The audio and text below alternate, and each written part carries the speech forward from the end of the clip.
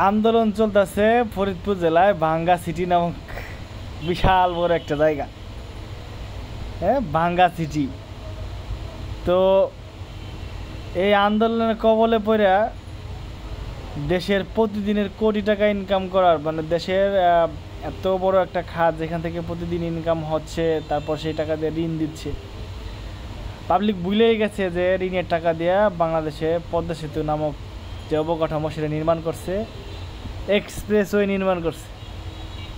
প্রতিদিন কোটি টাকার টোল আদায় হয়। আর সেই সুদূষ মার্কা আন্দোলনের কবলে পড়ে সেই কোটি টাকা বরবাদ। দেশের অর্থনৈতিক চাক্কা আজকে স্থগিত। আর কিছু কিছু লোকজন তামাশা দেখিচ্ছে, বলতে গেলে ভাষা হারিয়ে ফেলবেন। একজন ভিডিও করতেছে, তার কবল দেখতেছি, সমস্যা নাই।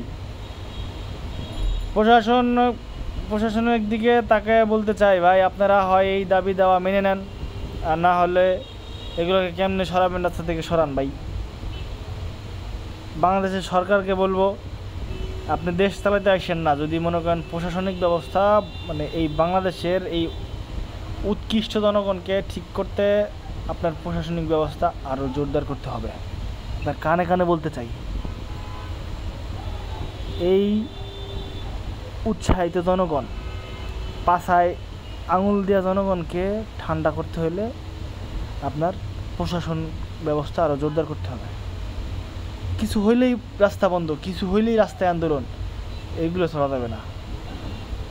যেই আন্দোলন যেখান থেকে শুরু হবে, ওই আন্দোলন ওই সেক্টরের আন্দোলন ওই সেক্টরে নিয়েই আপনি সমাধান করেন।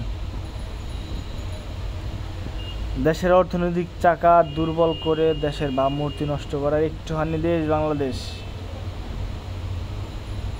দেশের হোকাটা আর মারেন না, আর মারেন না।